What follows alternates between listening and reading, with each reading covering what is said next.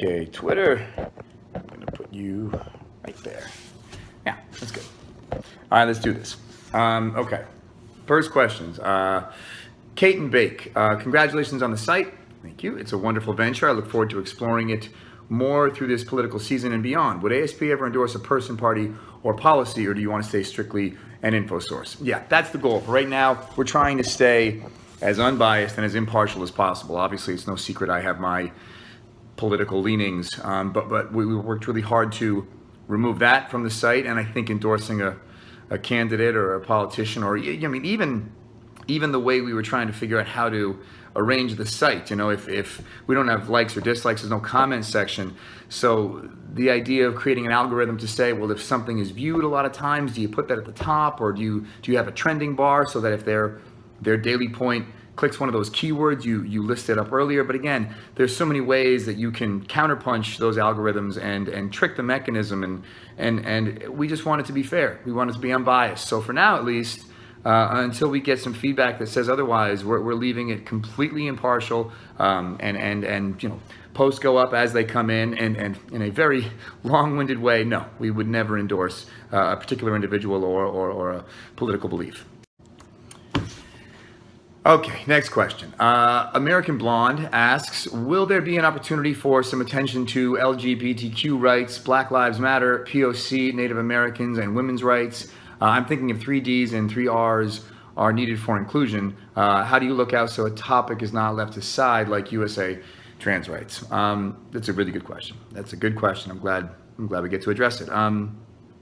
So, well, there's 3 sections to the site. Sections 2 and 3, daily points, counterpoints. Obviously, the elected officials can talk about anything they want to talk about. The first section, starting points, where we compiled a list of questions across the political landscape and sent them to elected officials, and we tried to get at least 3 Democrats, at least 3 Republicans.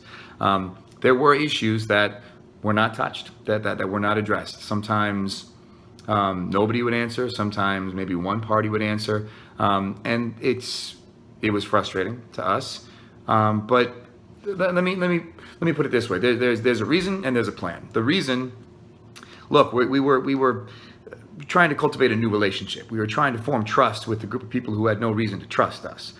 We were asking them for something without being able to really properly convey what we were going to do with that information. So we anticipated some apprehension at first. The goal is, over time, if this works, if this site can show its symbiotic worth and we grow in strength and we have enough traffic to show the value to the elected officials, hopefully, you know, the next round of this, we will be able to demand for more answers. Their silence will be deafening. You know, at this stage, we didn't want to let perfect be the enemy of good, but believe me, there were things that we wanted up in that first section of starting points that were not there.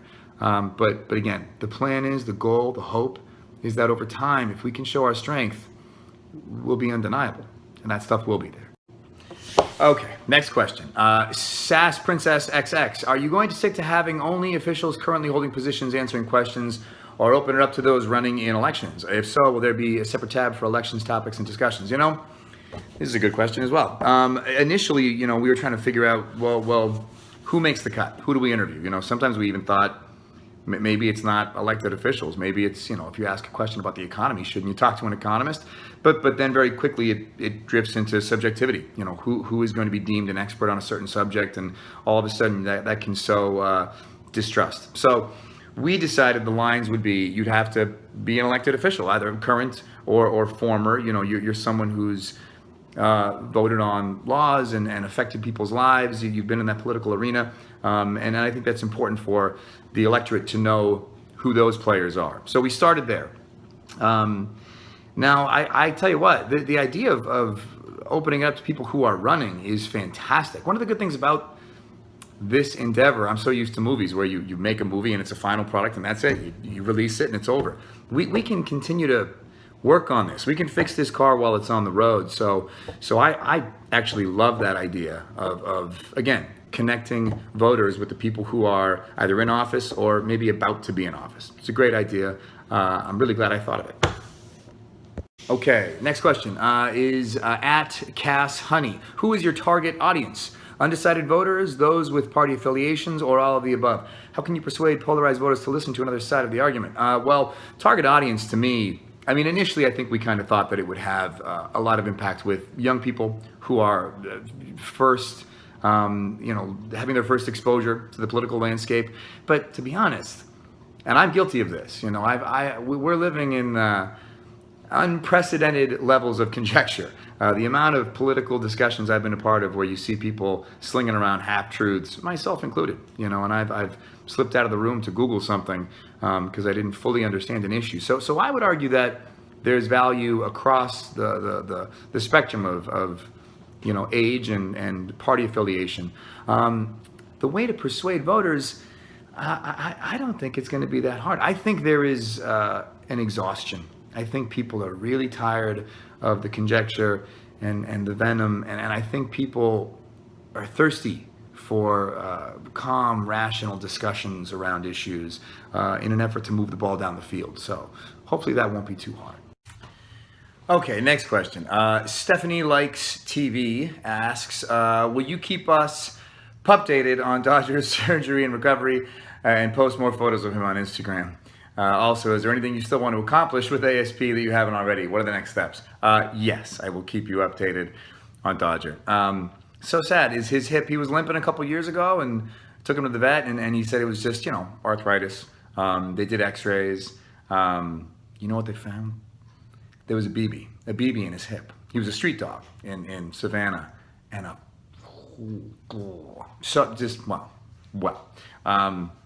somebody shot him, some punk.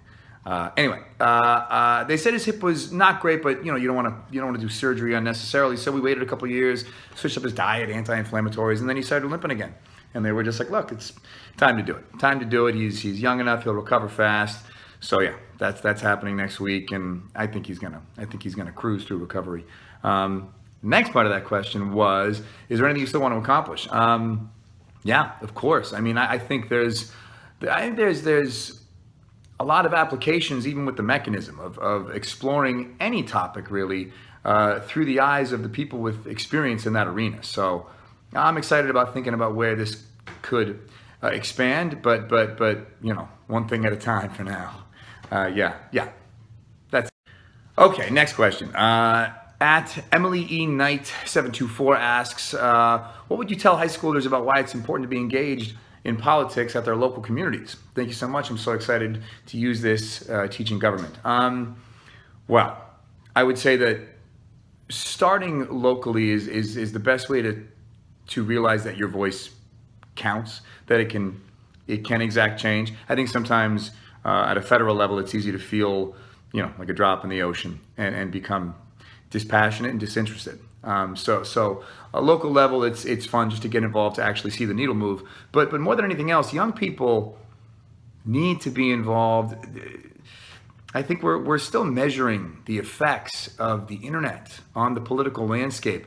This proliferation of disinformation is certainly attributed to the internet. And disinformation is poison to a functioning democracy.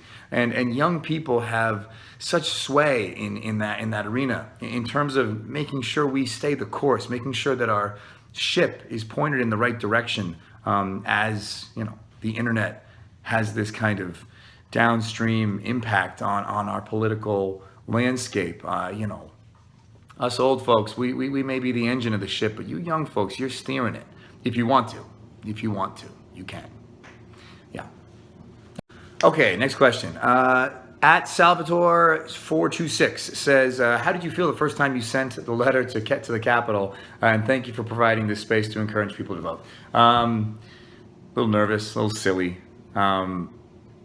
Optimistic, foolishly optimistic. I think in my head I just assumed who wouldn't want to be a part of this. Everybody wins here. That is not what we found. A lot of people didn't want to be a part of it, but my battery's dying.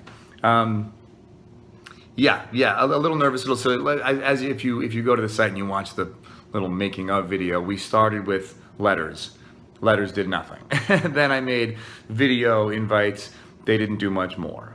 It was a few rounds of invites, and then really it was more just about having other elected officials who took the time with us initially spread the word for us, because Yeah, no one was buying it, or they just didn't want to do it. But yeah, at first, pretty scared. Okay, next question. At M Olivar at M Olivar one. Chris, what would you say was the hardest yet most rewarding part of the whole creative process of ASP?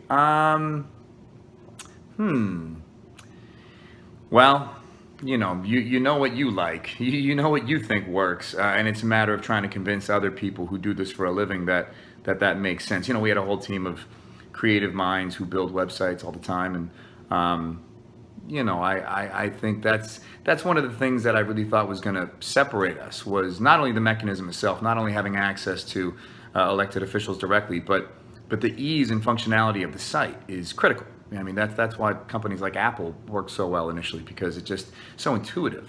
And I've been on so many sites where the second you walk in, it's a clutter. I mean, it makes me feel like a real old man to say this, but you're just like, well, I don't. Is this a button? Where's the back button? Does that bring me home? I hate when two buttons do the same thing.